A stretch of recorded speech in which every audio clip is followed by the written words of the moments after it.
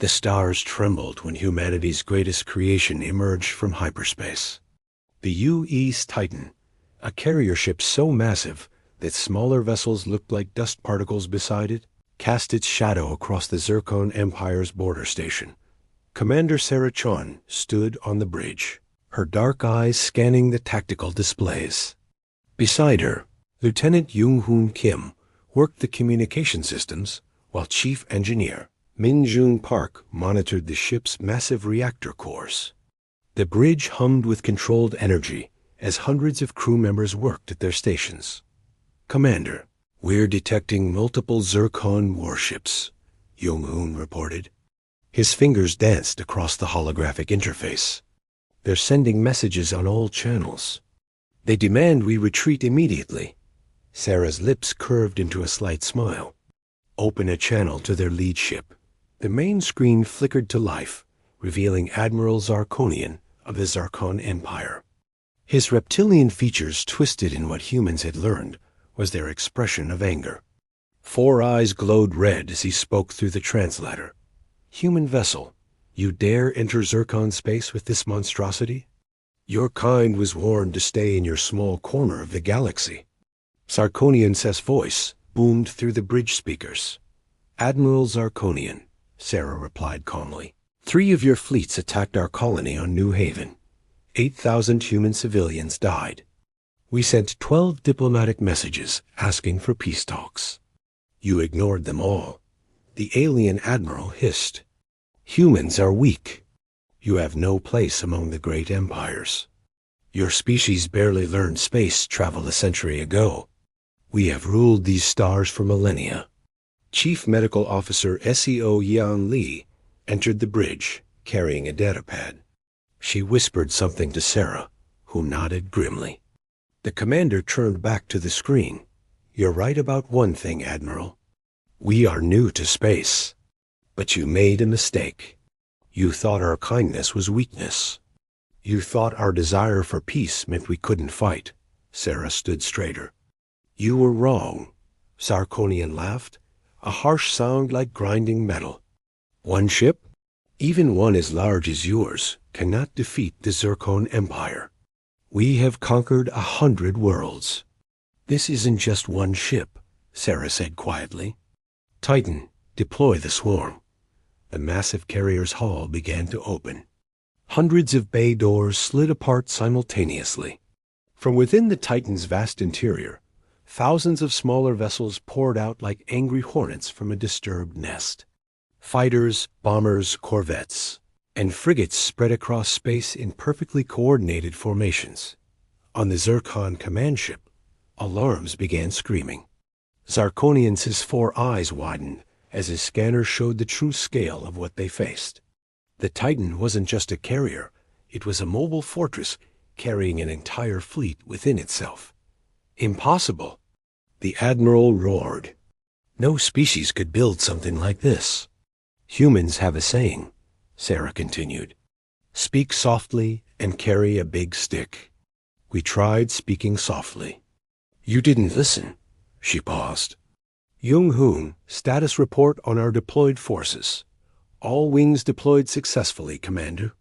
8,000 fighters, 2,000 bombers, 500 support craft. The Titan's main weapons are charged and ready. Shield generators operating at maximum capacity." The Zircon fleet, which had seemed so threatening moments ago, now looked pitifully small. Their 30 warships faced a swarm of human vessels that darkened space itself. Admiral Zex, Zarkonian's second in command, appeared on a side screen. Unlike his superior, Zex had always been known for his intelligence over his pride. "Admiral, we should retreat. We cannot win this battle. Never." Zarkonian snarled. "The Zircon Empire does not run from inferior species." Sarah shook her head sadly. Humanity had hoped to avoid this.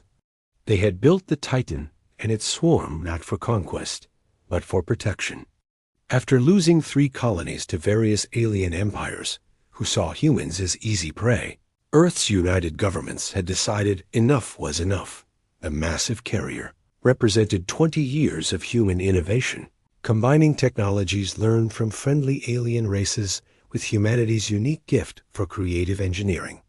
Asterisk. Min Jun Park studied his engineering console with intense focus. The Titan's power core wasn't just massive, it was revolutionary. Humans had done something the older alien races said was impossible. They had successfully merged 3 different types of faster-than-light technology into one hybrid system. Commander Chun, Min Jun called out. The Zircon are powering up their weapons. Should I activate the defensive matrix? Not yet, Sarah replied, watching the tactical display. Let them make the first move. I want the galaxy to see who the real aggressors are. The bridge crew worked with practiced efficiency. Every human aboard the Titan had trained for this moment, though they had all hoped it would never come. Earth's military academy had a motto: hope for peace, prepare for war. Today, their preparation would be tested.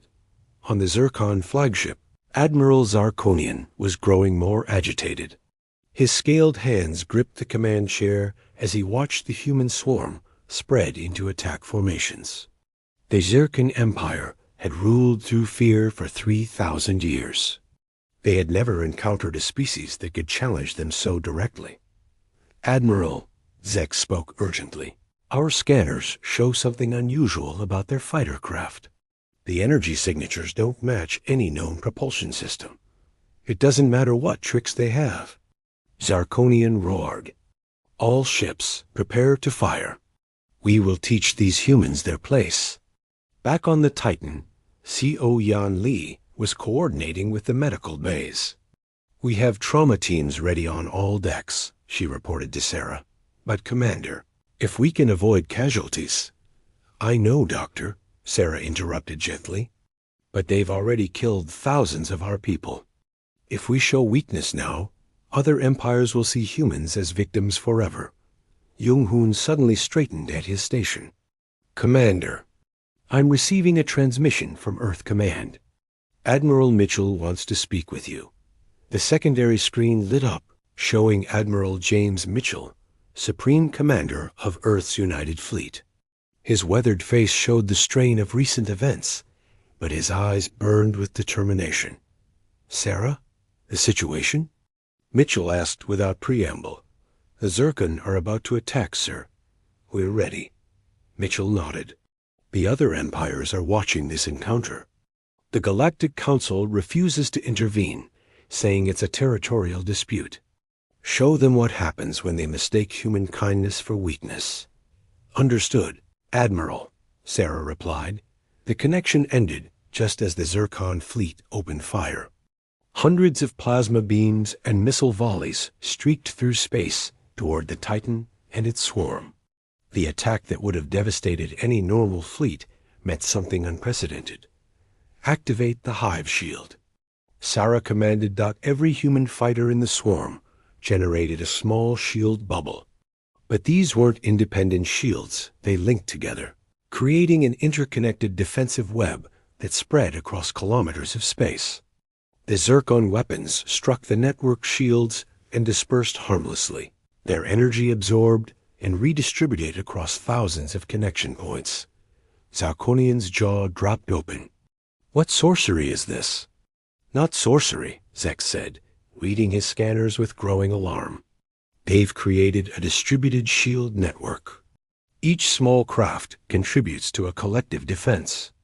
It's brilliant. The human swarm began to move, not as individual ships, but as a single coordinated organism. Fighter wings swept around the Zircon flanks, while bombers moved into attack positions. The Titan itself began to turn, its massive hull rotating with surprising grace. Sir, Jung-hoon reported, picking up communications from the Zircon fleet. Their crews are starting to panic. Sarah felt no joy in what was about to happen. Humanity hadn't wanted this war, but the galaxy had forced their hand. For decades, humans had been seen as the newcomers, the weak ones, the species to be pushed around and exploited. All wings? This is Commander Chun. Sarah spoke into the fleet communication system. Remember your training. Disable their weapons and engines first. We're not here to massacre. We're here to make a point. The swarm struck with coordinated precision. Human fighters dove through the Zircon formation, their upgraded weapons slicing through shield generators with surgical accuracy. The bombers followed, launching EMP torpedoes that disabled entire sections of the enemy ships. Within minutes, half the Zircon fleet was drifting powerlessly in space, their systems fried, but their crews unharmed. The Titan hadn't even fired its main weapons yet. Admiral Zex watched in horrified amazement. They're not trying to destroy us. They're demonstrating. Demonstrating what? Sarkonian snarled, though fear had crept into his voice. That they could kill us all? But choose not to, Zex replied quietly. Asterisk, asterisk. The battle had lasted exactly 17 minutes. In that short time, humanity had changed the balance of power in the galaxy forever. The mighty Zircon fleet, which had terrorized countless worlds, now drifted helplessly in space like toys discarded by a giant child. On the Titan's bridge, the atmosphere was tense but controlled. Sarah Chun watched the tactical display as the last functional Zircon ship Admiral Zarkonian's flagship remained surrounded by thousands of human vessels. Commander Minjun reported from his engineering station. The Titan's main weapon systems are still at full charge. Should I power them down? Not yet, Sarah replied. We're not done here. Jung-hoon looked up from his communication console, his expression serious. Commander, I'm detecting multiple hyperspace signatures. Someone's coming. The space around the battlefield began to ripple. Ships emerged from hyperspace, not Zircon vessels, but ships from other galactic powers. The Malthurian Federation, the Crystalline Collective, even the ancient Vorthic Imperium had sent observer ships. They came to watch, Seo Yan said softly. The whole galaxy is witnessing this. Sarah nodded. This was what Earth Command had hoped for. Not just to defeat the Zircon, but to send a message to every empire that had looked at humanity and seen prey. On the Zircon flagship, Admiral Zarkonian stood frozen at his command station. His second-in-command, Zex, approached carefully. Admiral, we must surrender.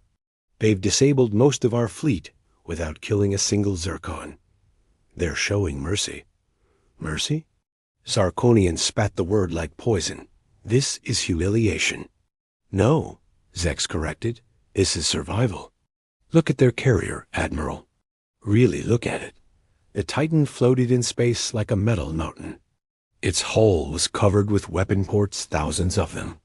If the carrier opened fire with even a fraction of its armament, the Zircon fleet would be reduced to atoms in seconds.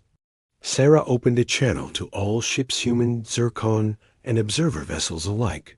This is Commander Chun of the UES Titan.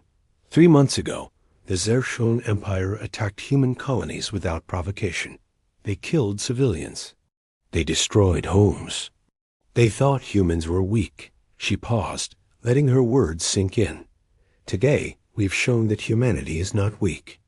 We are not conquerors, but we are not victims either. We offer the Zircon Empire a choice: peace or destruction. The observer ships remained silent, watching. This was unprecedented in galactic history. Usually, when a stronger power defeated a weaker one, they took everything: planets, resources, technology. But the humans were offering terms. Admiral Zarkonian finally activated his communication system. His pride was shattered, but his survival instincts remained. What are your terms, human? Simple, Sarah replied. The Zircon Empire will pay reparations to the families of our murdered colonists. You will return all territories taken from other species in the last 100 years. And you will sign a non-aggression pact with Earth and her colonies.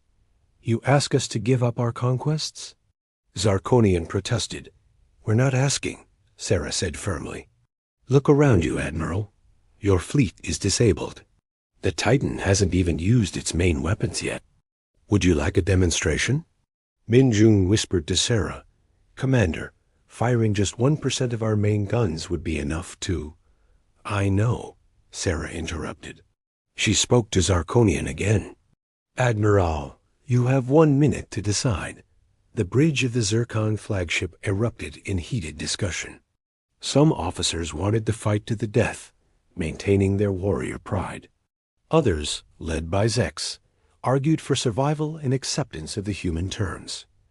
Meanwhile, Yong-Hoon was monitoring communications from the observer ships. "Commander, the other empires are talking among themselves. They're impressed and worried." "Good," Sarah said. "Let them be worried. Maybe they'll think twice before attacking human colonies." Suddenly, a new ship emerged from hyperspace. It was elegant and crystalline, immediately recognizable as a vessel of the Galactic Council, the alleged peacekeepers who had refused to help humanity. "Human vessel," a melodious voice came through the communication system. "This is Counselor Velther. The Council demands you cease hostilities immediately." Sarah's expression hardened.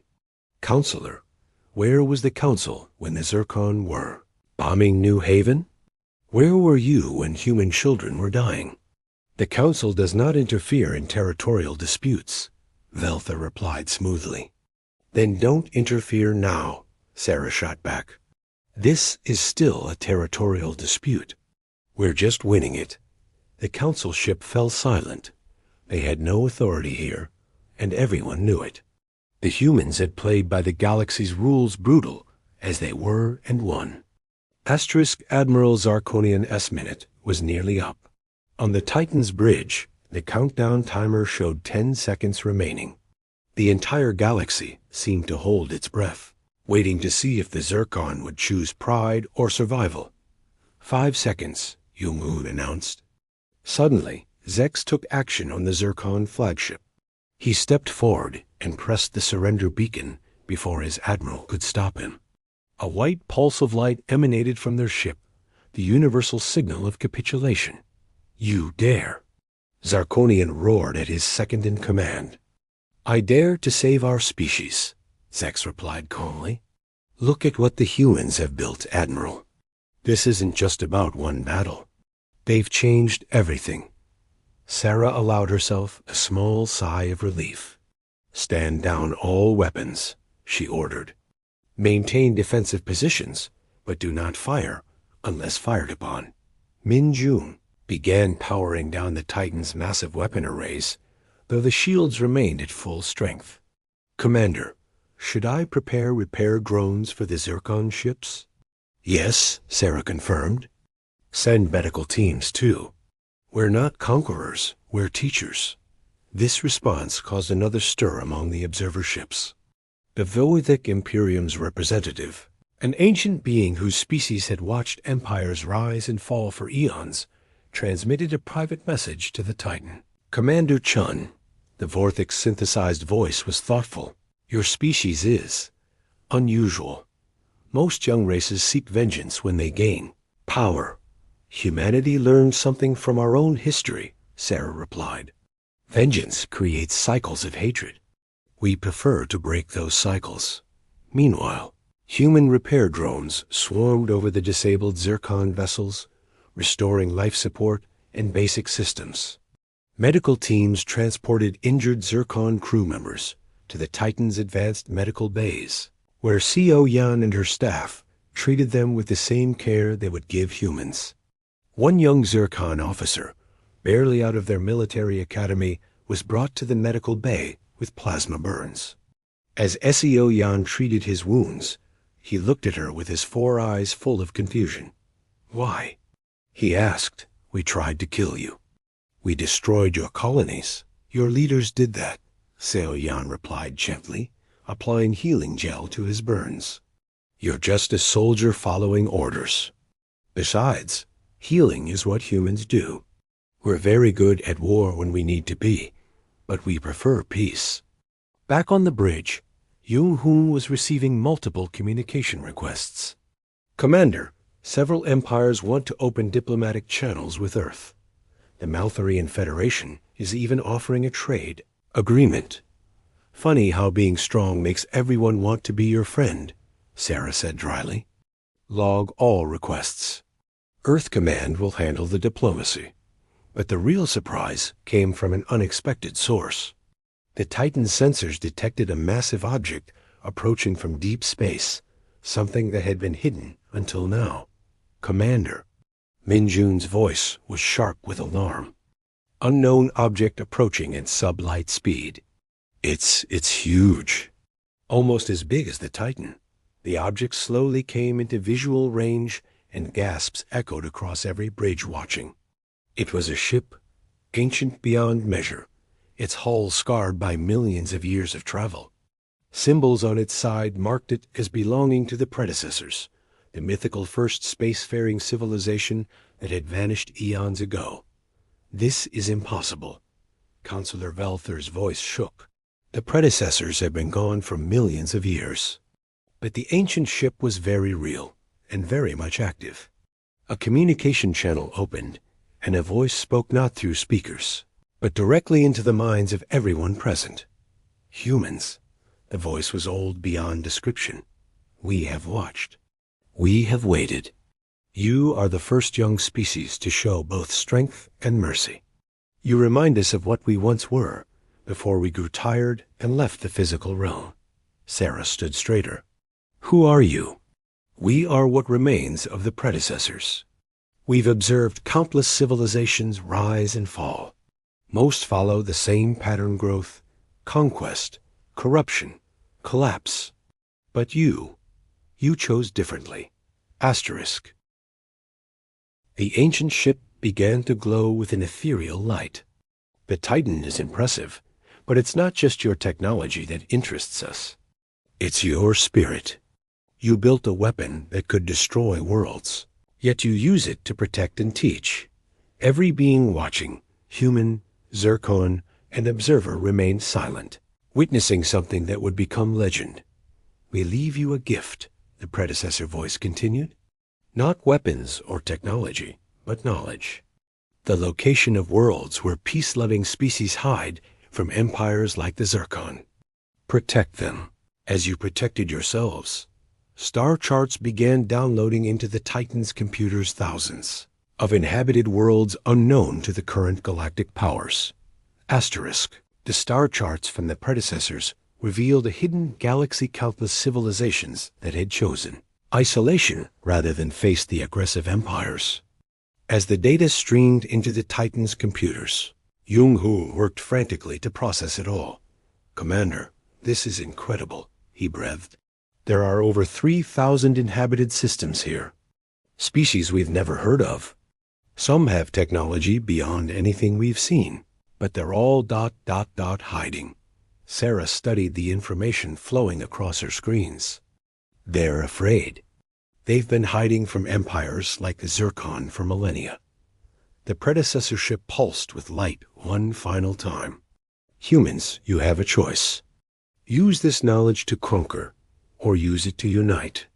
We believe you will choose wisely. With that, the ancient vessel faded from existence, leaving only the star charts as proof it had ever been there. Admiral Zex, now speaking for the defeated Zircon fleet, transmitted from his damaged ship. Commander Chun, what will you do with this knowledge? You could rule the galaxy with such information. That's not the human way, Sarah replied. She turned to her crew. Jung-Hoon, open a channel to every ship here observer vessels. The council ship, everyone. When the channel was open, Sarah addressed them all. The galaxy stands at a crossroads. We can continue the old ways, conquest, fear, oppression, or we can try something new. Humanity proposes an alliance, not of conquest, but of protection. Counselor Velther's voice was skeptical. What kind of alliance? A confederation of free worlds, Sarah explained. Those who wish to join contribute to a joint defense fleet. In return, they receive protection and fair trade. No forced tributes, no conquered territories. Just mutual defense and cooperation. The Vorthic representative spoke thoughtfully. And what of those hidden worlds the predecessors revealed? We approach them peacefully, Sarah said. Offer them the chance to end their isolation safely. The Titan and ships like it will guarantee their protection if they choose to emerge. On the Zircon flagship, a heated debate was occurring. Some officers wanted nothing to do with this human proposal, but Zex saw the wisdom in it. "Admiral," he said to Zarkonian, "this is our chance for redemption. We can be part of something greater, or we can watch our empire crumble." Zarkonian, his pride thoroughly broken, finally nodded. The Zircon Empire accepts the human proposal. This shocked everyone. The most aggressive empire in known space had just agreed to a peace confederation led by the newest spacefaring species. Over the next hours, as repair work continued on the damaged ships, more empires signaled their interest. The Maltharian Federation joined immediately, followed by several smaller civilizations that had long suffered under Zircon aggression. Minjun had been running calculations. "Commander, if we share our hive shield technology with the Confederation fleet, we could create a defense network spanning entire star systems." "That's the idea," Sarah smiled. "Earth scientists are already working on the next generation. Imagine no single empire could threaten peaceful worlds again." CCO Yan returned to the bridge, her medical duties complete. "All Zircon casualties have been treated. Many of them can't believe we helped them. One officer asked me why humans are so different." "What did you tell him?" Sarah asked. "I told him about Earth's history. Our world wars, our mistakes, how we nearly destroyed ourselves. But also how we learned, grew, and united. We know the cost of conflict better than most." The council ship, which had remained silent for some time, finally transmitted again. "The Galactic Council formally recognizes the Human Confederation proposal. We will ... support this initiative." Yum-Hum grinned. Translation: They don't want to be left out of the biggest shift in galactic power in millions of years. As the various fleets began to disperse, preparing to carry news of this historic agreement to their homeworlds, Sarah received one final transmission. It was from Earth from her daughter, Aria, who was watching from the colony on Mars. "Mom," the young girl's voice was full of pride, "everyone here is celebrating. They're saying you changed history." "Did you really?" Sarah's professional composure finally cracked, and she smiled warmly. "We all did, sweetheart. Humans just showed the galaxy that there's strength in kindness, power in mercy, and that the newest species can sometimes teach the oldest ones." As the Titan began its journey back to Earth, carrying the signed agreements and star charts that would reshape galactic civilization, Sarah looked at her crew Yong-Hoon, Minjun, Seo Yun, and hundreds of others who had made this possible. "You know," she said, "they used to call these stories humanity. Fuck yeah, for a reason."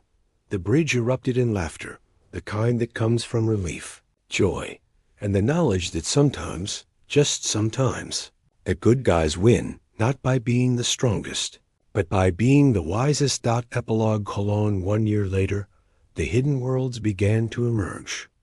The first was a crystalline species that had developed incredible medical technology while in isolation.